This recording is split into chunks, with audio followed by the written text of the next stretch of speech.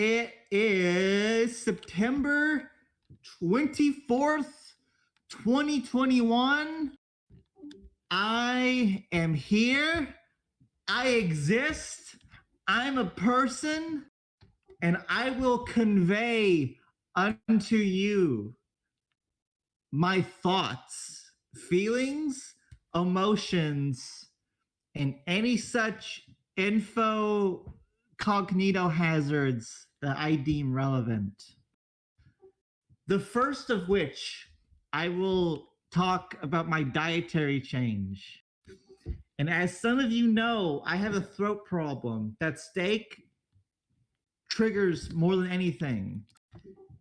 If I eat steak, sometimes it seizes up my throat and I can't eat or drink anything. When that happens, I can usually fix it by puking it up, and usually it fixes. But about 1 in like 8 times, it won't fix, and I'll be stuck, not able to eat or drink for like 2 days, 2.5 days, right? Awful experience. I hate it. Last time it happened was 2019, and it was fucked because it happened back to back in 2019. I had it for 1 weekend. I was good for a week. I had it for 2.5 days, 1 weekend. And then a week later, it happened again. I had it for another 2 days. It was awful. But that was the last time it happened.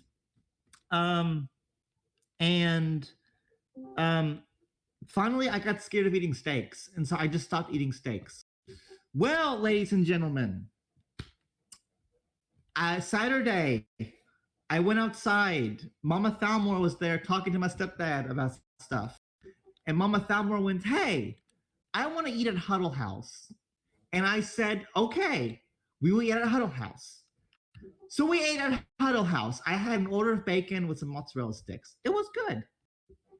And I got a wild hair. I got crazy. I got wild. I called in 2 6-ounce sirloins from Cheddar's. Cheddar's is a restaurant chain, if you don't know what it is. I don't know how widespread it is. All I know is that it is a chain. And so I got my steaks, and I ate them, and they were good. And so I have continued to eat steak since then. I counted. I have ate approximately 9 steaks since Saturday. So I have been eating all the meat. All of the cows have died to provide me nourishment. I love steak. I love steak. It's my favorite food. I just am scared to eat it because of my throat problem.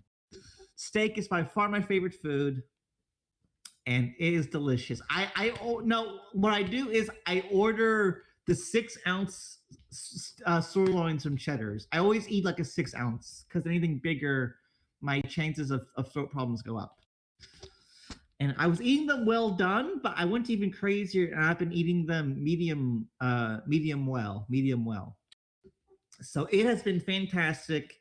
It's been so good eating steak again. My throat has bothered me twice. I've had to throw up twice. Once I only had to throw up half the steak and it was fine. But last night, my throat was bad for like 40 minutes. I thought last night this was going to turn into a 2-day incident. I couldn't do the show because it's just too miserable. But that did not happen, thankfully. Thank God it all came up, and I actually finished the steak. I had a little bit left. I had like an ounce and a half of steak left. I ate it. It was good. And then I ate some croissants. So very delicious, very delicious. And yeah, so I'm going to keep eating steak. But I will not eat the bugs. There are people who think we should eat the bugs, but I will not eat the bugs. And I will not live in the pod. But I digress.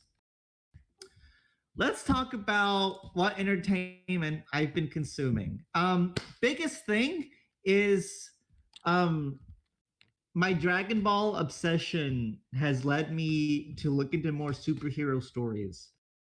And so the 2 I homed in on was The Boys and Invincible, which are both on Amazon Prime. And so, hold on, this is relevant. Michael Scott, keep that link because I want to talk about it. But anyways, I've been watching The Boys. I will watch Invincible soon, but right now I've just been watching The Boys. I fucking love The Boys. It is incredible.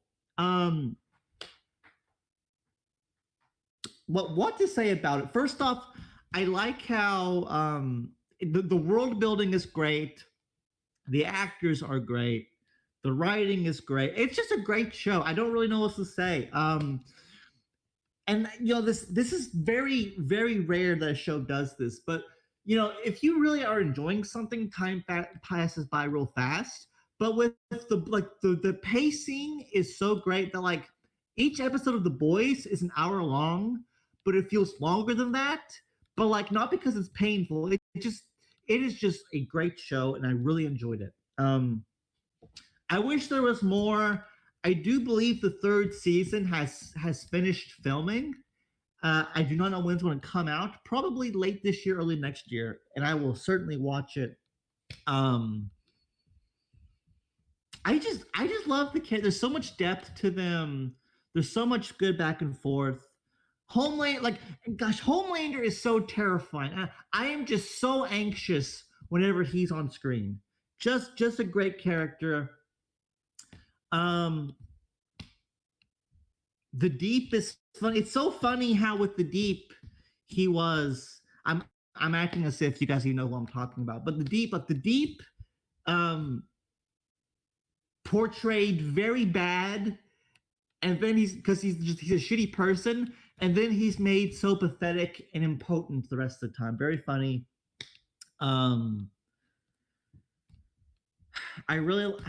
It's just a great show. The Dolphin though. I gotta say though, that airplane scene in season 1 with Maeve and Homelander, that was traumatizing to me. Like it's hard to get to me, but airplane stuff is a phobia of mine. Like I won't fly, but the whole concept of an airplane coming down is terrifying. And so that whole airplane sequence, like it upset me so bad that I had to take a break. I couldn't just go to the next. Like as soon as that scene was over, I had to pause it and I was shaking. That's how much it bothered me. It was just so well done, so terrifying. Yeah, with the boat. Yeah, I know that scene with the whale and how like all of the characters blow him off. And I can't. And I gotta say, the head popping stuff that happened in season 2, like that, like Homelander is scary, right, when he's in the scene. But like the head popping stuff that got introduced in season 2 is just terrifying, just awful. Like, and when that one episode ends and all their heads are getting popped left and right, just so that is also not very easy for a show to make me squeamish and paranoid, but this show did it. Just fantastic. Go watch it. It's on Amazon Prime. If you have Amazon Prime, you can watch it immediately. Go check it out. It is a great show, and I recommend it a lot. I have not watched Invincible yet, but I will. If you've been a very long listener, you know that I'm a I'm a big fan of Yakuza. And a new Yakuza game has just been released today called Lost Judgment, which is a spinoff of Judgment, which is a detective kind of spinoff. And I'm treating myself. I actually yesterday placed an Amazon order for a PlayStation 5. And so that will be here next week. And I'm going to play it. It's probably going to be really good. Slap his thigh 400 times.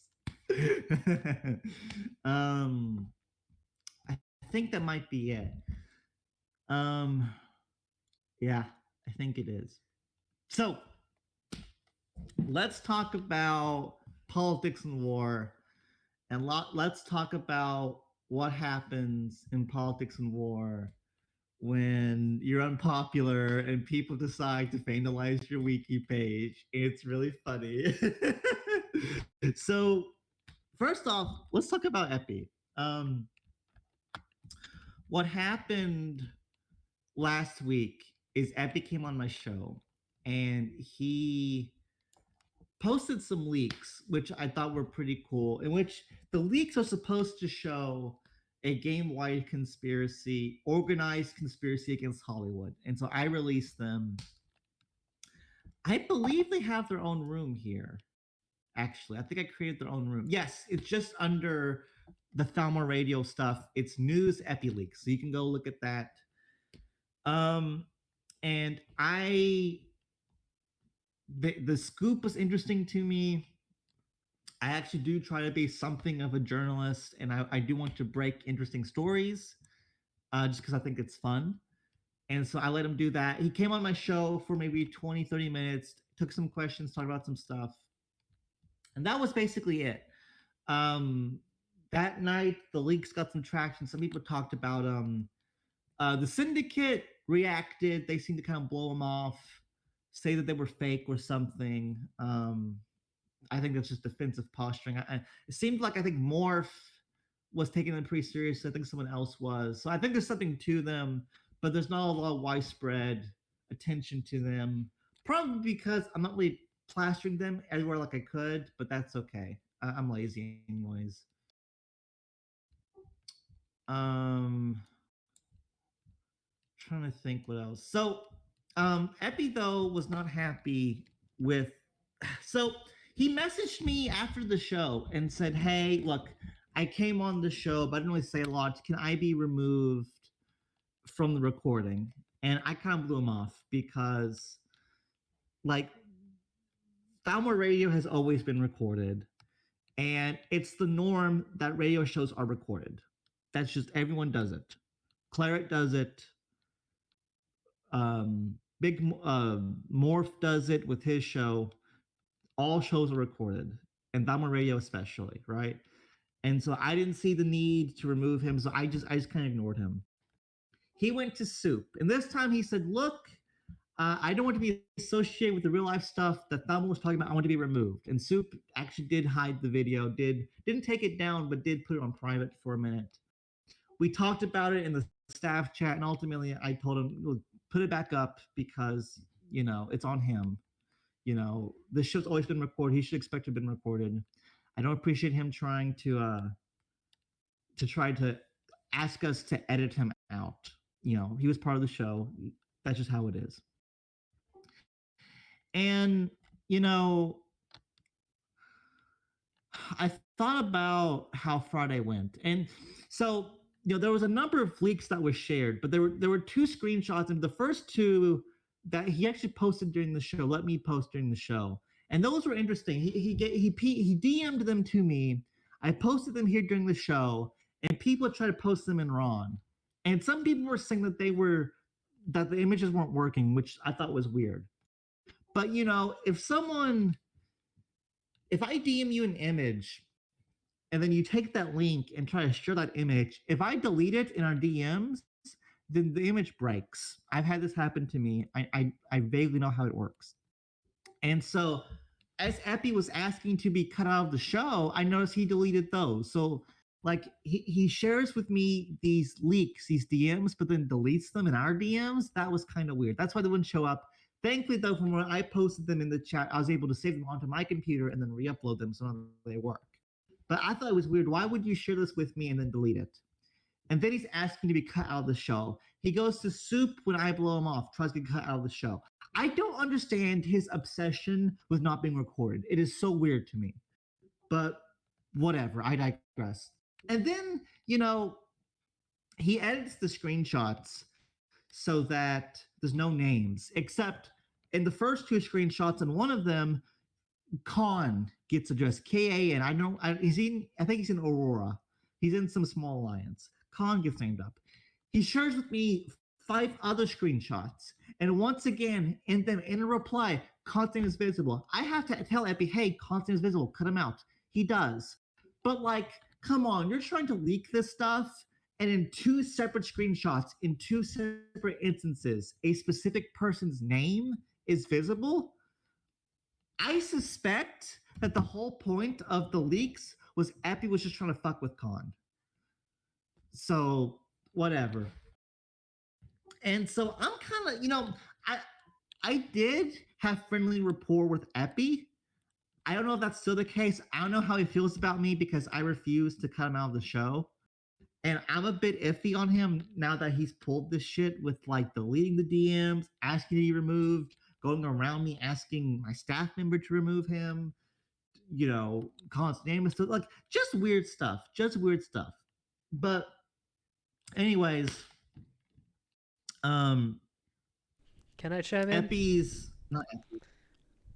Can I chime in for this? Yeah, go right ahead.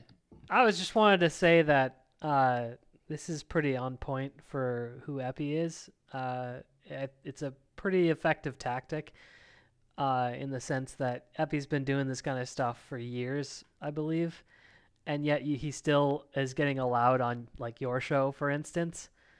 And then you're saying, I'm offended by this. I don't know if I really like this guy, but because he's able to control his narrative really well, he's able to delete whatever messages people would hold against him.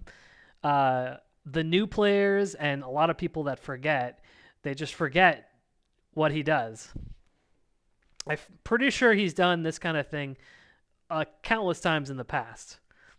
So no one should be expecting it. I personally think that that's actually a good thing because it makes Epi an interesting person. But that's just my opinion. Carry on. Thank you.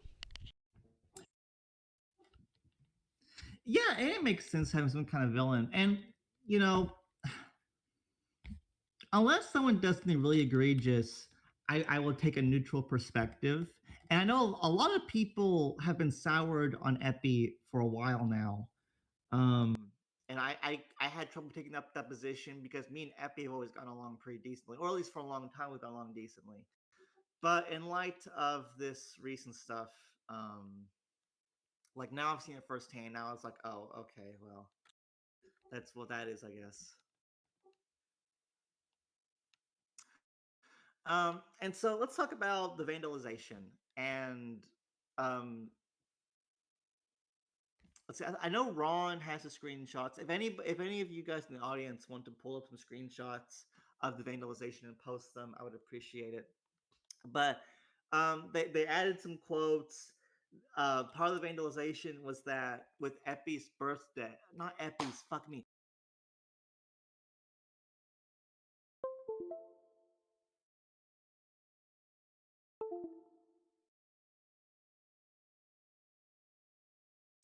Historic events which share the same day with, and so one of them was like a okay, thank you, Lysandra. I can actually read some of it.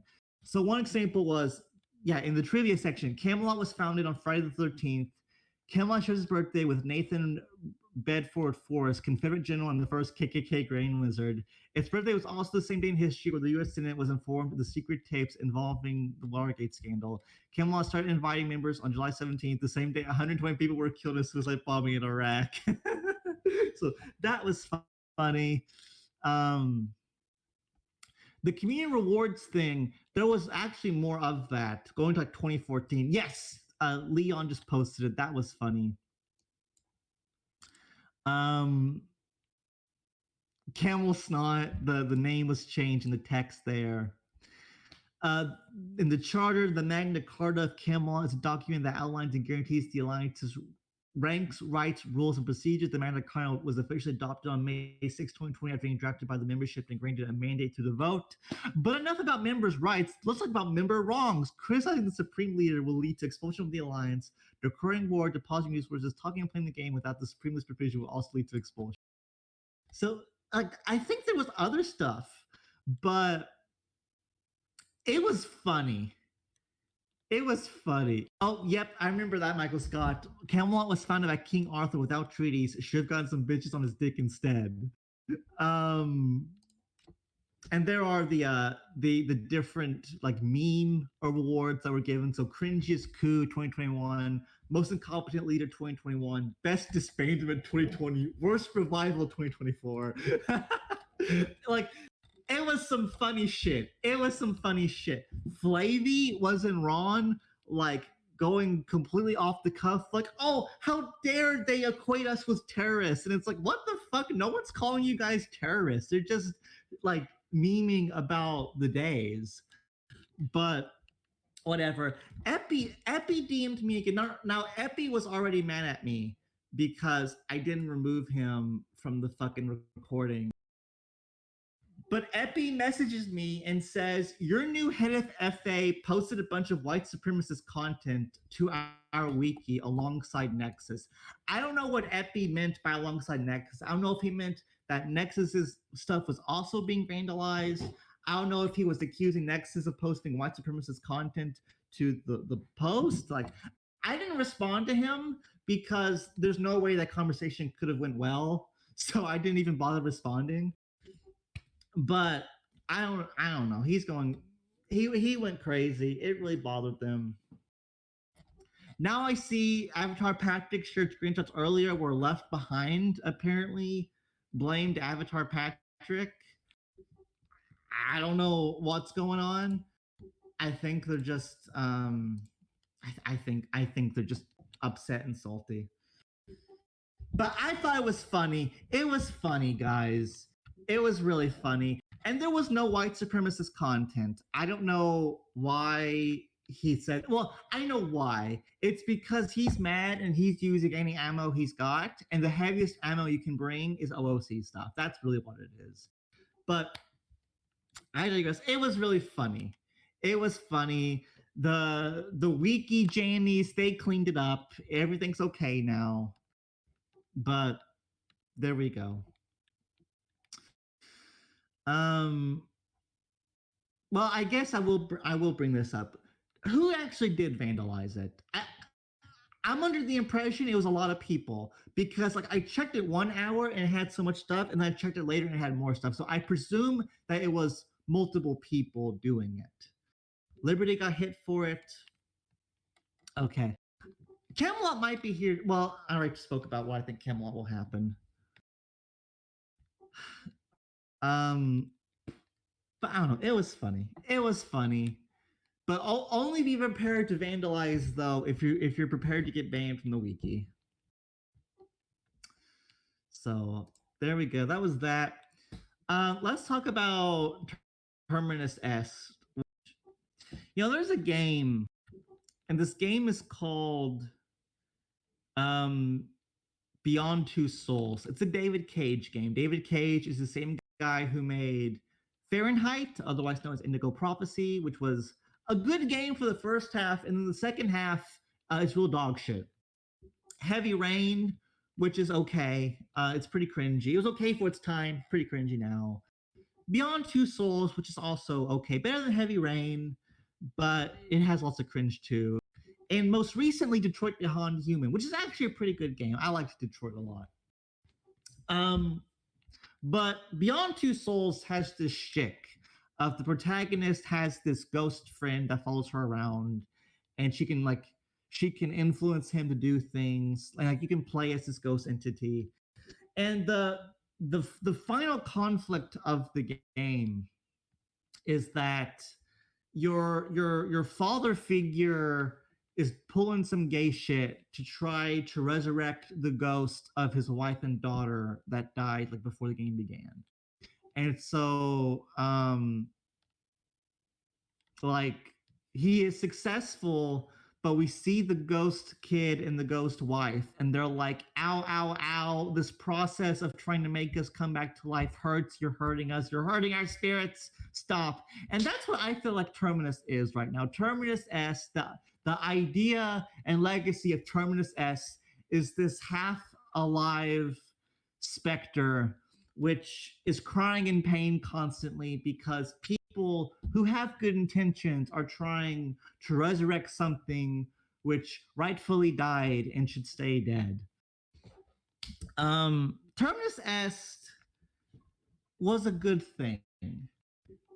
Terminus Est, I think it was around its roots predates Politics and War, but it was at Politics and War at the beginning. It was at the beta. It participated in the earliest wars, and it was around until December 2016. Then Papers, Please happened, and it disbanded in January 2017. And of course, it splintered into KT, Knights Templar, Cobra Kai Dojo, and Western Union. And Terminus Est has a legacy because Terminus Est was to the game back then in the early game what KT was in its disbandment. It was this small but like premier fighting alliance that everyone was kind of scared of. And that was like outside the political norms, but it was good at fighting. It did what it wanted. And that's what Terminus S pretty much was. Unconventional politics to other alliances and stuff like that. And when I set out to create KT, and I'll touch on this more later in the show, that's kind of what I was trying to make. I was trying to recreate Terminus S to the point where I even had Ripper make a flag. It was the Terminus S flag, but with KT colors. And once I, of course, resigned, and Theo and Keegals and Horse, they took the alliance in the direction that it should have went at the beginning. But Terminus S was a great thing. But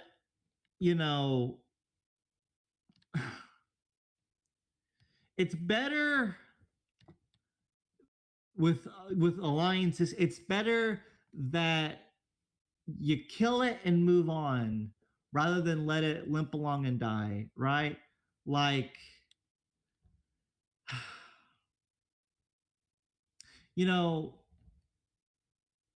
Terminus has had a good run, and then you had Terminus S last year.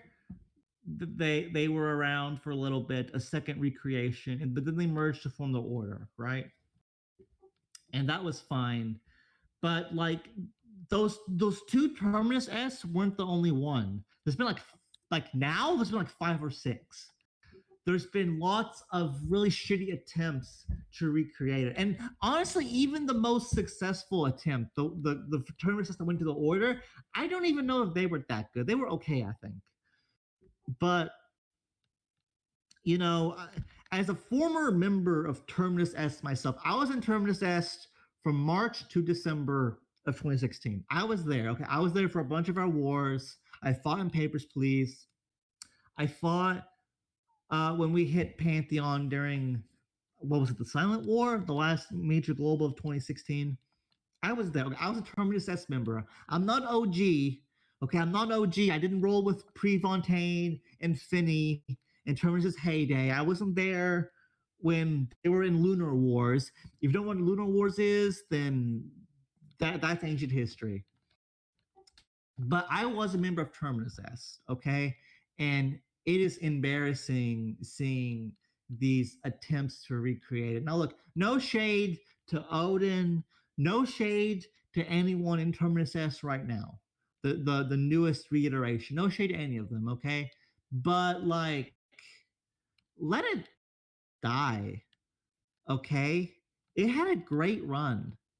And look, if Odin and the rest of them can turn this new Terminus S, like if they get 30, 40 members, City 28 and above, and they can rock shit, fine. But that's hard to pull off. And I don't know if they can. Not because they're bad. I like Odin. Odin co-founded KT with me. But shit is hard, and politics is cucked, and people are slow to leave their alliances. So, hey, it's time. Pull out your RC Cola. Yes. Zig, tell us about Halo. Well, what I wanted to talk about is apparently there's this alliance called Terminus Est, and apparently they reformed at some point in the recent past. This is complete news to me up until about 30 seconds ago, because I thought for the entire rant that Thalmor just gave, I thought he was referring to his own alliance, which recently merged and is using test symbiology, symbolism. That's the word we're looking for. I don't remember which alliance you're in now, whatever that thing is called. It's not KT anymore, I'm assuming. quick, someone tell me what alliance is the KT Hand of Fate? Hand That's of what they're Fate. called. There you go. I thought you left. Hand of Fate. Hand of Fate, which if I recall correctly, has a big old test thing in the middle of it, right? This thing? That's a test thing, isn't it? That's like the same So thing yes as this thing, I guess. Is this a test thing? So when did tests start? I will How long has this been a thing that you're ranting against? It says it was founded 748 days ago. I'm confused. How is it 748 days, but you're ranting now? What is 748 days? Test. You had this whole rant about how Oh. you shouldn't reform, but I thought you were talking about your own merged alliance thing. Because look at test. It says, look at that. Okay. It says it's 748 days old. So what are you talking about? Aaron, Are you talking about your own I have alliance, no Hand of idea Fate? Okay, I don't know either, but Aaron is clearing this up, and it makes sense. Aaron is saying that's actually the company just rebranded, which makes sense. So that's what's going on there. Okay, I will explain what's going on with the Hand of Fate flag. So yes, the Hand of Fate has the 8-pointed star of chaos in it. Yes, that. So yes, Chaos from Warhammer and Warhammer 40k does use the Hand of Fate a lot in their iconography. That is true. That is true. But I looked it up, and the 8-pointed star of chaos predates Warhammer. It's just a general occult thing, and the Hand of Fate like is a general occult thing. It's not a Warhammer thing. I understand why you think that. I thought it was that until Horsecock told me about it. But no, the 8-point star of chaos that's in the Hand of Fate flag, nothing to do with chaos. Nothing to do with Warhammer. Why are you bringing up Warhammer? Is test supposed to be Warhammer? There's supposed to be Warhammer 40k. Yes. Oh. Yes. Have they always been that? Weren't they the ones that had Dio punching stuff? Which is a different show, I think. I'm just confused now. I'm sorry. Terminus Est is the name of a Chaos battleship from Warhammer 40k. So is that where they got the name Chaos Block? Is that Chaos Block? Is that what it was called? It's completely unrelated. Can somebody draw me a flowchart of themes? I don't understand.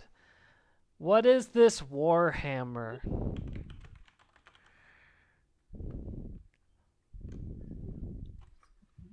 Hey, I got a special guest. Say hi. Hi, everybody. You can hear. Move the foot. Oh, need to get closer. Yeah, there we go. Hi, everybody. Yeah, Mama Thalmor Kim. Is that the voice of the Holy Spirit? I thought you guys would like to see if Mama Thalmor popped. She came over to bring me some Pedialyte. Thank you, Mama. You're welcome. Thanks for coming, Mama. I'll see you. Bye, everybody. So there you go. Mama Thalmor made an impromptu, unplanned appearance. So, Chaos Block has nothing to do with Warhammer 40k or the Chaos faction of Warhammer 40k. I don't know why they call themselves that, but that is what that is.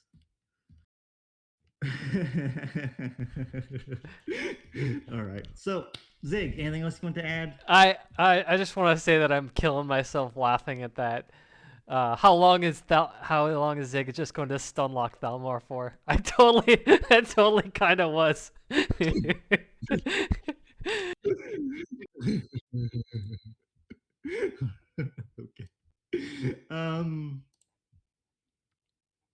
So yeah, Terminus Est should stay dead. If they can accomplish great things, it's wonderful, and I will eat crow. But I don't think that will happen. So just because shit's hard. Um, let's talk about. Oh fuck, Sig! Come on, you walked right into that one. You walked right into that one. I do want to play the tabletop version of Warhammer 40k, by the way, but I live in rural Kentucky and no one plays it. Although surprising numbers of people do play D&D, so enough that there's my tiny little local, my tiny little town has a gaming shop in it where they sell magic stuff and D&D stuff, and they've been open for a couple of years apparently. So I don't know, and they have employees. So we can play when the Kentucky and PW meetup happens. I want to meet some Kentucky PNW people. I can't talk, guys. Mama Thalmor has destroyed my ability to speak. PNW. There's Vice, there's Roberts, there's Zig. I think there's a few others. I know people in Bowling Green. Bowling Green's like big. Oh, and I don't know why she brought me Pedialyte, but the thing about Pedialyte is that when my throat acts up for like 2 days, like I explained, Pedialyte tastes so amazing. So maybe that's why she brought it, because I told her my throat acted up yesterday. But I'm gonna go put this. Actually, you know what? No, this can wait. I'll put it in the fridge later. Let's talk about another thing. Let's talk about the politics and war overhaul moderation thingamabobber, which probably won't be awful. So Alex has been wanting to reform the rules, and one of those reforms was the cat is annoying me. Is that, you know, he didn't feel satisfied about how strikes were issued. That one strike was like one strike, which was like one strike, and that he thought maybe some things weren't being punished appropriately. And so one of these changes is that instead of being 3 strikes you're out, literally, now it's like 0 to 100, and I think after a year the shit expires, right? And I think that's decent, because I think strikes should have disappeared after a while, because, you know, if you made a nation in November 2014, immediately had a fuck up and got 1 strike, fucked up again in 2017, got a 2nd strike, and then fucked up last week and got a 3rd strike, you were banned, even though you were playing for almost 7 years, even though maybe you was active in Gov in a major alliance, even though you probably made politics and war art and videos or something, even though you're a prominent member of the community, because of 3 boo-boos over the course of 7 years, you're done. And that's kind of the dumb system, honestly. And so now, after a year, your infraction gets removed, and you have to score 100 points to be banned. And which, you know, can still be done if you're like trading accounts and stuff. But now there's more flexibility with it, which I think is decent. And so, the biggest problem, well, there's 2 issues. Number one is now he has publicly rolled out the whole thing about, you know, if shit's fucked and it happens outside of official areas, you still might get punished for it. And so I'm anxious to see what happens. I'm anxious to see the frequency to which people get punished in game for things they do outside normal areas. And I'm also anxious to know who is part of the moderation team, because I suspect Lossy might be one of them, and Lossy is like a social justice warrior, and who called like Kate, who unironically called KT like criminal supporters, called Shifty a criminal, would said that he would ban 85% of politics and war if he could. Like, so not really the kind of person you'd probably want having mod powers over the community.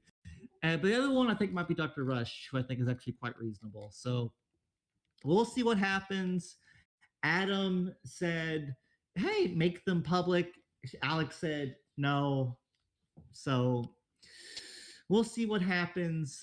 We are ruled by men in the shadows, and we will see what happens when a big war breaks out. Was a big OOC drama incident, and we'll see if people go to other people's discords, screenshot like public misbehavior, and take it to Alex, and we'll see what happens. We'll see who gets banned and who doesn't. Ideally, nothing would really change from now, which is very well possible. Alex is banned from Thalmoria over stuff like this. If I find out who the game moderators are, I'll probably ban them as well. I encourage you all to do the same if you have your own Discord or are a decision maker in a particular Discord.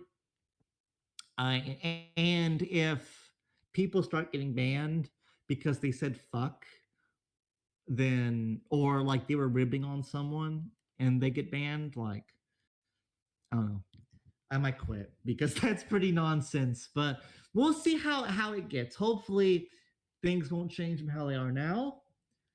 And yeah, we'll just see how it goes. And I will see if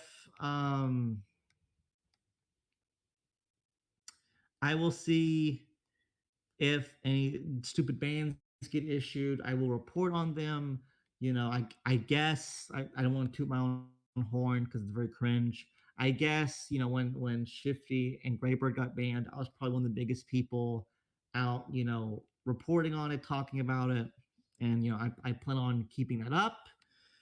I reported when that one player that no one knows who it was got banned for half a year because of some messages and suicide stuff. I reported on it. So I will be keeping my eye out. If you guys learn anything, come tell me about it. And hopefully the best counter to the nonsense will be awareness.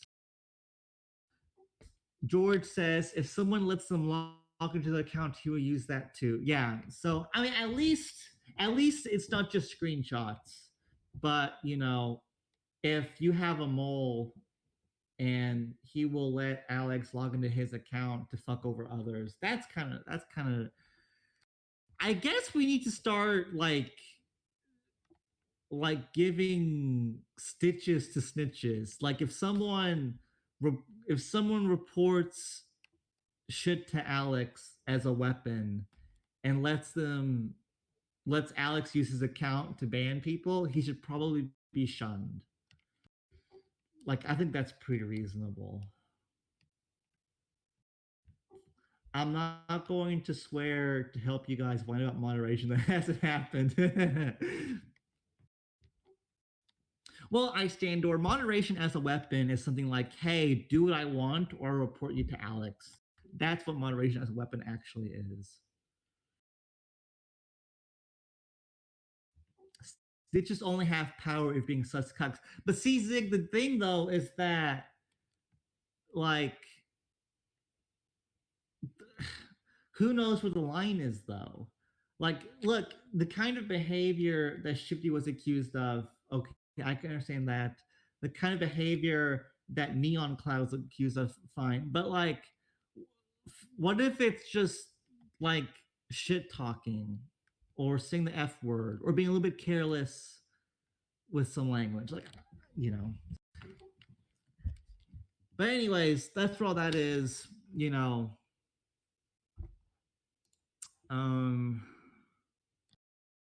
Michael was arrested? Hold on. Oh dear. He's arrested. There you go. Michael Scott, you are unarrested. I don't know why he was arrested. It's been fixed. D's nuts! Now, but That's why. Val, but if he only has kicked people you agree with kicking, What's the point that I really kicks people for shit talking that hasn't happened yet?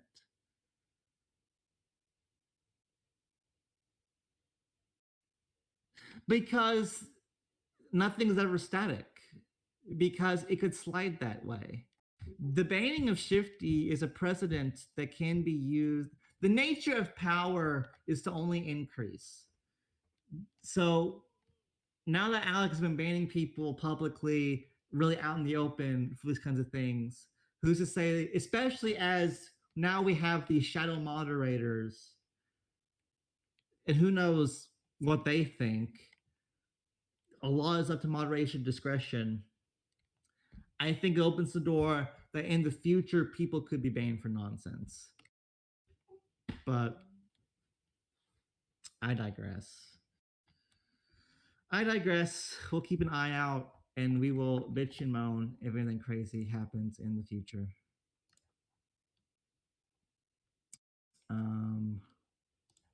Hopefully, nothing will change. And I think it's very well possible. And I think that is about it for politics and war stuff. And you know what? I don't think I will talk about real life stuff. I think the show's done for tonight. There's nothing else to talk about. The show's over. Well, maybe that's actually not the case. Wow, is that church? Dang. If he was a girl, that would be a nice flat stomach. But I guess there is one last thing I need to talk about. And so buckle in, because I got a story to share. You don't know the half of it, Zig.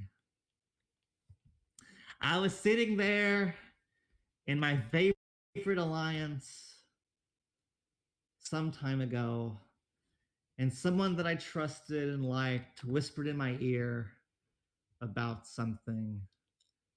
And I said, yeah, sure. So as the alliance crumbled around me, it became time to enact this plan. While all the other members were leaving and doing something different, I decided with this person, I would do something else. And so finally, it became time. And as events unfolded, it led us to February 1st of 2017, in which when alliances still costed a credit, I spent the credit and I created the Knights Templar on February 1st, 2017, with about 20 other people from Terminus Est. Odin was my second in command.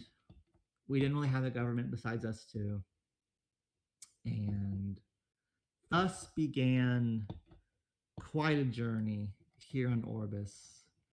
Yes, Aaron, from sometime in 2016 to sometime in 2017, if you wanted an alliance, it costed you a credit. This was before like banking and offshores were common. So that was very well possible to have. Nowadays, you'd have a lot of outcry because it would make offshores impossible or a lot more expensive to have. But anyways, I created KT and I was leader from about February to about middle November. I was leader. And finally I resigned because I was fucking up too much. I didn't know what I was doing. I was causing a lot more harm than I was doing good. And, you know, I could have remained. I wasn't cooed. I was asked to resign and I did. And I could have remained in power, but I think it would have eventually killed the alliance. And I didn't want that.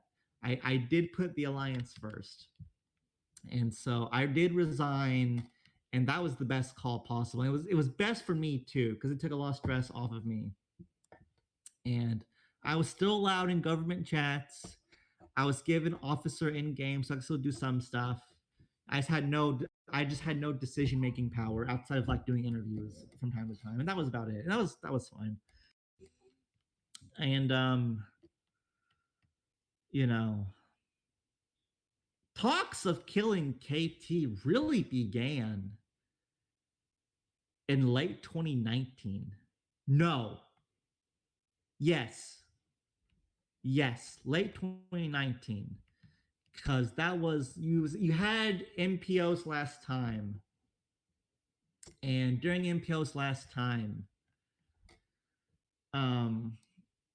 morale was gone. So much the Alliance had quit. The meta had changed from normal politicking to how do we wage the most effective guerrilla war against Opus Dei possible. And I had checked out. Some really bad shit had happened to my family earlier in 2019, and so between that and the game, the shitty war, I checked out. I was done in June, and I almost quit the game, but I came back in December of 2019, and I've remained ever since. And Kigos and Theo, they wanted to, in a slaughterhouse, what they do to cows is they bring the cow on a rack to a guy with like a stud gun, and they shoot this piece of metal with this gun in the cow's head to like lobotomize it, right? And that's what they want to do with KT. They were going to take K through the slaughterhouse, and Horsecock stepped up. Horsecock said, "No, give me KT. I will run it." And so that's what happened. So we became a raiding alliance. We were raiding people, and then Horsecock said, "You know what? I need to focus on real life. Dennison, this is your ship now." And so Dennison took the ship. We joined Hedge, and that was fine for a while. But then Horse, like, is this blasphemy? It's blasphemy. I won't say it. But Horse appeared out of nowhere. He walked through the wall and said, "I'm back, bitches." And so he became co-grandmaster again.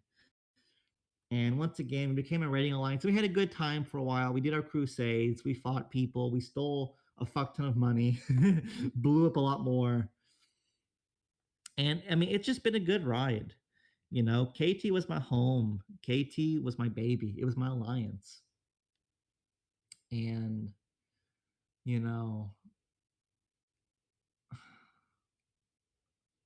this merge, it's bittersweet.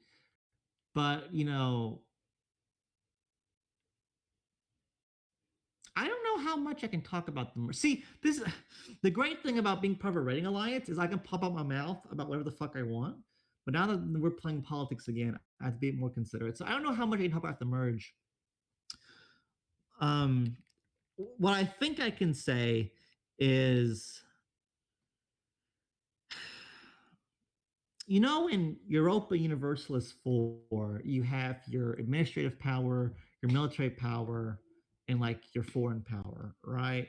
And like you can spend these power points to do stuff.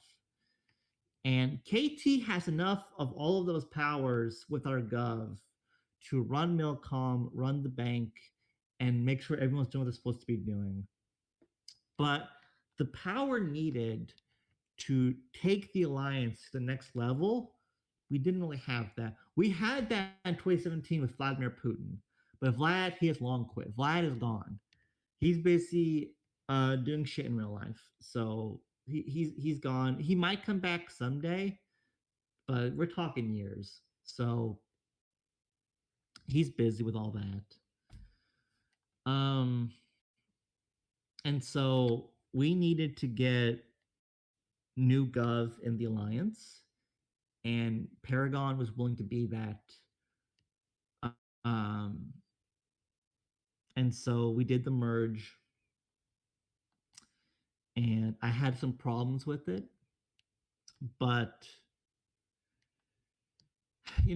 power is one thing, but will is another. The United States had the power to stay in Vietnam, but it didn't have the willpower. You know, you might have the power to work. No, not might. All of us in here have the ability and the power to develop a good exercise regime and to get in shape. But how many of us actually have the willpower? I know I don't. I do some, but not as much as I should, you know. And so I probably had the power to fight against the merge, but I think the merge was for the best. And so I didn't have the willpower to. And so Horsecock and Dennison, they sat me down. They talked it over with me, A to B to C. And it was for the best. This merge is for the best. It's time for KT to be laid to rest. KT has been around for over 4.5 years. We did things in 2 of those years that some alliances much older than us haven't done their whole existence. We've had a lot of fun. We've done a lot. We've influenced and affected a lot of people.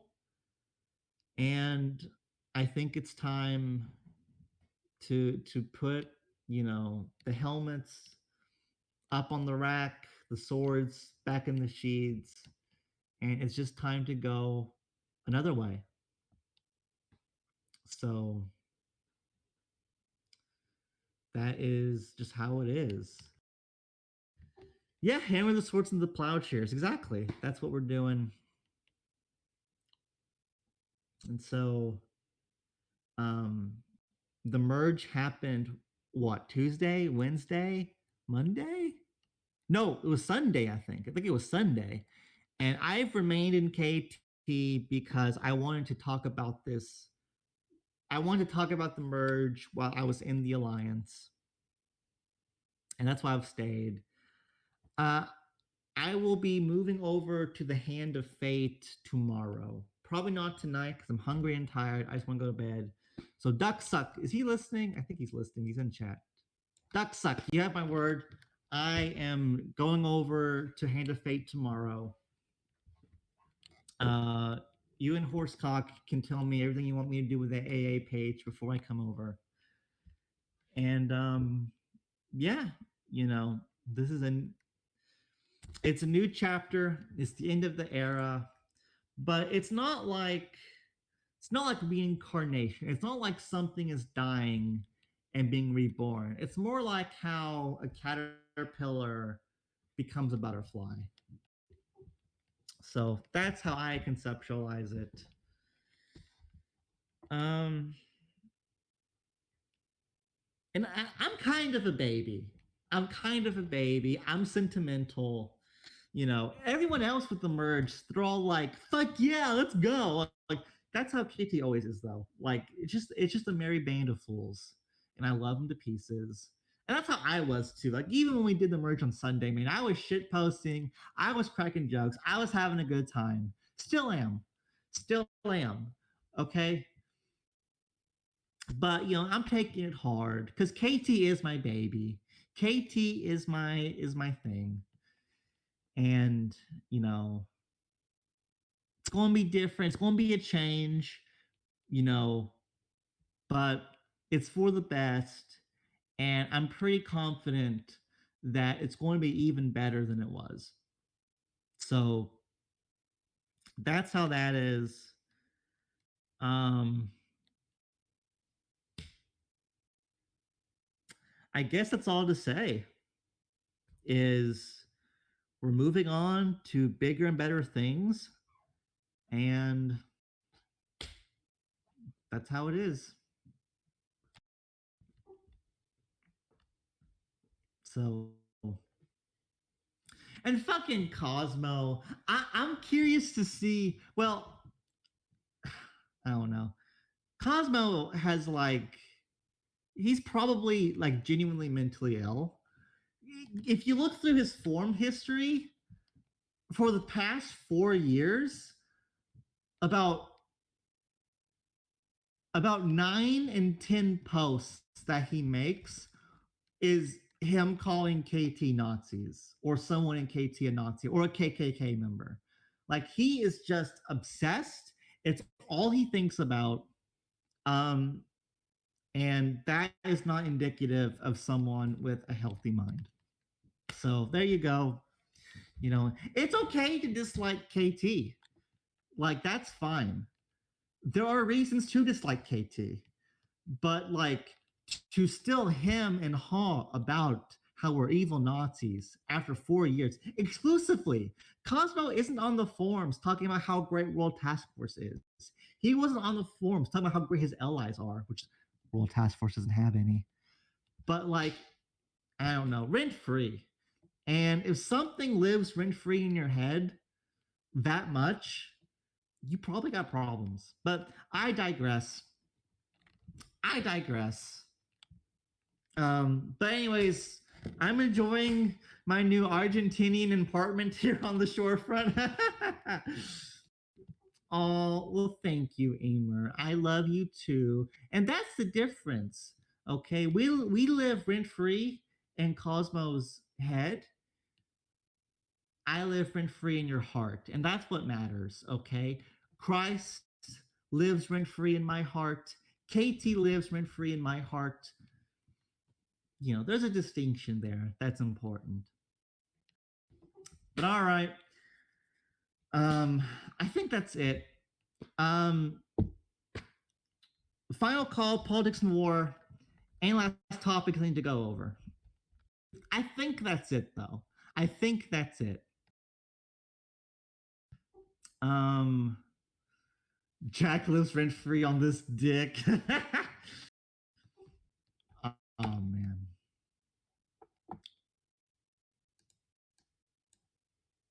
People still making fate. All right. I think that's it. So let's talk about real life stuff. There's not too much to go over, but China seems to be on the verge of having their own version of the '08 crash. So see, the way the Chinese economic system is, the best way to keep your wealth and to invest it is property. And so, and there are videos online, ADV China has a view of them, but like Chinese companies will build like entire towns and cities. They will build these 70-story tall concrete apartment buildings that will just be empty because that's the best way if you're a wealthy Chinese person that you can keep your money is to invest it into like a property. And like yeah, that's just how it is. And so Evergrande, I think is the company name, the second largest like construction people, the second largest bank, something like that. And they're about to go bankrupt. They are really fucked financially on the papers. They can't pay people.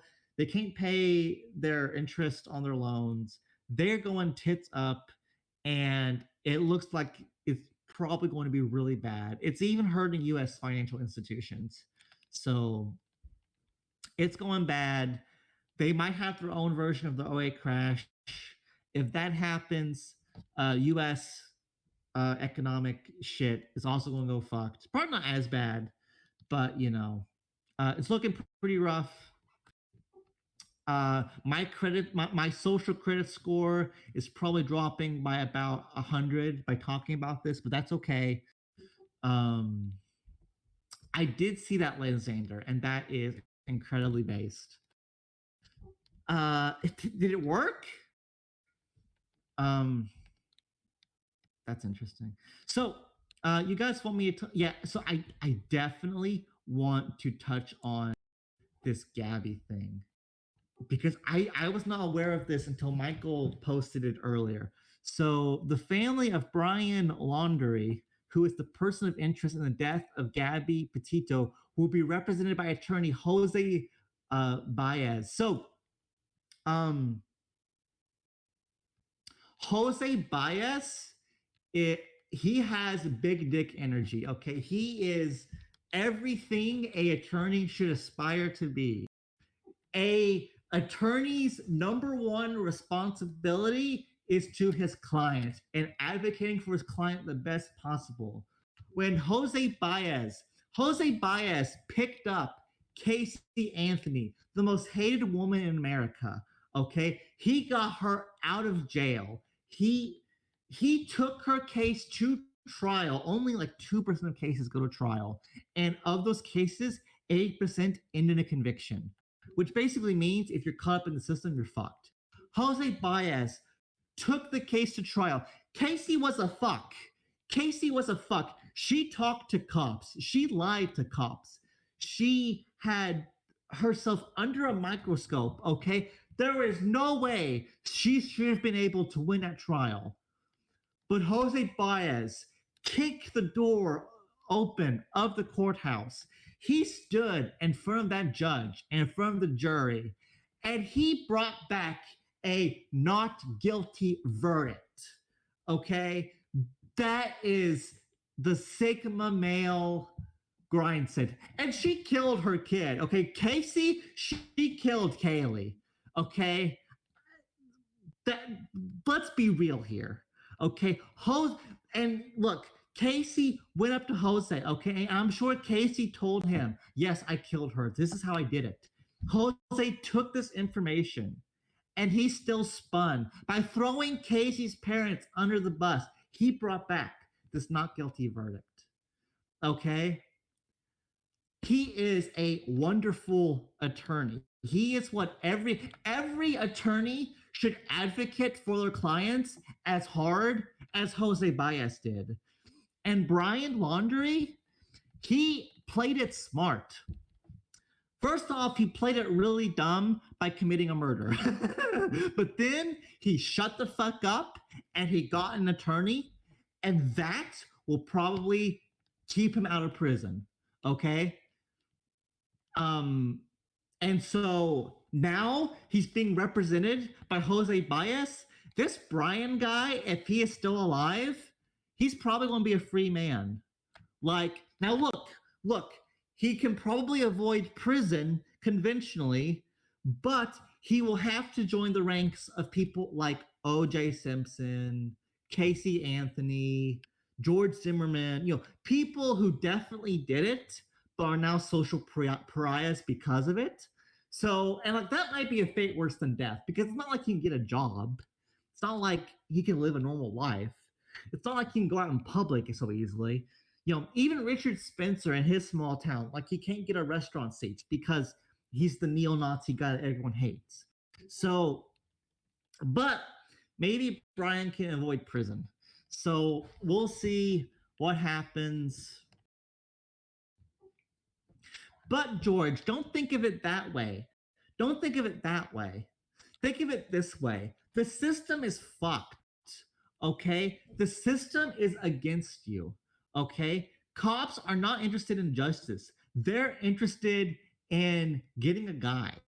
Okay? When they say anything you say can and will be used against you, that is them legally obligated, giving you the courtesy of giving you a quick lesson in the Fifth Amendment. Okay? Prosecutors, if they want you, they will get you. Okay? The system, innocent people go to prison all the time when they shouldn't have to. When Jose Baez defend people like Casey Anthony or Brian Laundrie, they're doing it because everyone should have that level of defense, because everyone should have an attorney that will defend them to the best of their ability. Okay? Not for Casey Anthony, not for Brian Laundrie, but because on principle, everyone should get that level of representation. So, exactly. And George, I'm happy you know that. And I was talking to someone else, I forgot who, but they had a lawyer friend who told them the same thing. Guys, this is your legal lesson for September 24th, 2021. Don't talk to the cops. Get an attorney. Plead the fifth. Use your right to remain silent. You will get fucked otherwise. But there you go. So now that Brian has Jose Baez, I'm pretty convinced he's not going to go to prison. I say he will be just fine. So there you go. And I think that's it. I don't think there's much else to talk about. There's the update in the Gabby stuff. Nothing else is happening with COVID I care about. Thanks for tuning in. Is Emer still here? Thanks for tuning in, Emer. I hope you enjoyed this. I think this is the first show I've seen you come to. I hope you enjoyed it. I had a lot of fun doing this show. I'm happy that new people still show up and listen to me talk about all my nonsense. This has been a good time. That's the thing, Sig. Innocent people get caught up in the system all the time. It's fucked.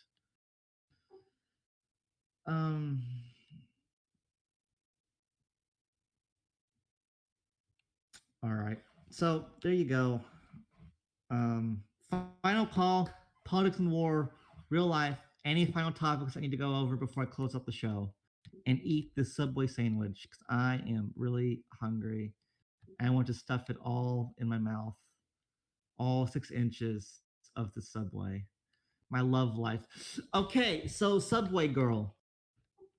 Subway Girl really likes me. I not last time I went in, the time before that. I walked in and like she was sweeping the floor. She stopped sweeping to come up. She got right next to me and she was showing me stuff on her phone. Like she's into me. But like she talks too much. Probably because she likes me. But I talked to her and she's she's a motor mouth and it's kind of annoying. Meanwhile, there's a second Subway Girl who is cuter and like nicer and quieter, and she smiles at me all the time when I'm in there. I got my Subway today, and Subway Girl 2 was like smiling at me a lot and whatnot, and so have a great day. She's into me too, I think. And Subway Girl 1 doesn't like that. Like she got in front of Subway Girl 2 to ring me up and whatnot, and I don't know. I've talked to Subway Girl 1 a lot more. I have more rapport with her, but I kind of like Subway Girl 2 now. So I don't know what. And like Subway Girl 1 was trying to like throw Subway Girl 2 under the bus because time before last I was in there, Subway Girl 1 was talking about how Subway Girl 2 was late to work that day. And Subway Girl 2 was like, no, I wasn't. So like they're being catty and stuff. Like, I don't know, guys. This is getting complicated. So I kind of want to pivot and I kind of want to go with Subway Girl 2, but like I also kind of don't want to hurt Subway Girl 1's feelings, and of course they're co-workers, and so that might be weird. So it's kind of fucked, but we'll see, I guess. Fuck them both. I do not have the charisma needed to pull off a maneuver like that, I'm afraid. Perhaps if one of them quit or got fired, the situation becomes much more flexible. But until then, it's like, I have not gotten the snap yet. I need to work on that, though. I got Subway Girl. I know what Subway Girl's one first and last name is. So, like, I can look her up on social media if I have to. And I know the first name for Subway Girl too. So, like, it's not that bad. But anyways, there we go. That's the situation that we're at now. I don't know. This is the setup to an anime.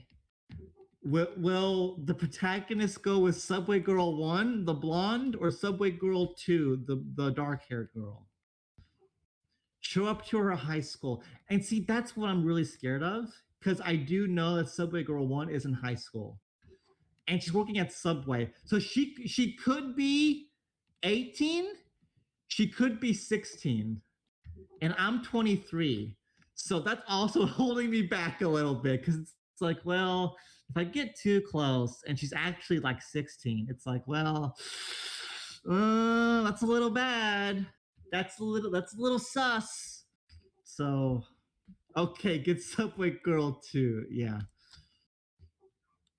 So we'll see what happens. I should probably just straight up ask Subway Girl 1 how old she is. That I should just do that. If she's 16, Subway Girl 2. If she's 17, how close is she to 18? And if she's 18, then we're back to square one. So we'll see what happens with that. All right. I think that's 10:15. I've gone on. This was a good show. I'm happy that I went as long as I did. I like doing longer shows. I don't like shows that I end to like, I don't like 30-40-minute shows. So I like it when they go on longer like this. You're proving some of the libertarian stereotypes. I haven't even done anything. I talk to her when I go to get my Subway and I'm thinking about asking for a snap. That's nothing, okay? That's nothing. Why am I being, I shouldn't even be defensive about this. Whatever. I'm ending the show. We're done here. It's time that I go get my Coke out of the fridge and eat my Subway. Don't sandwich places less only require you to be 18. Well, apparently this one doesn't. All right, let us, Kills Bob, play the theme. Zig, end the recording once the theme is done. And let's go. Have a good time.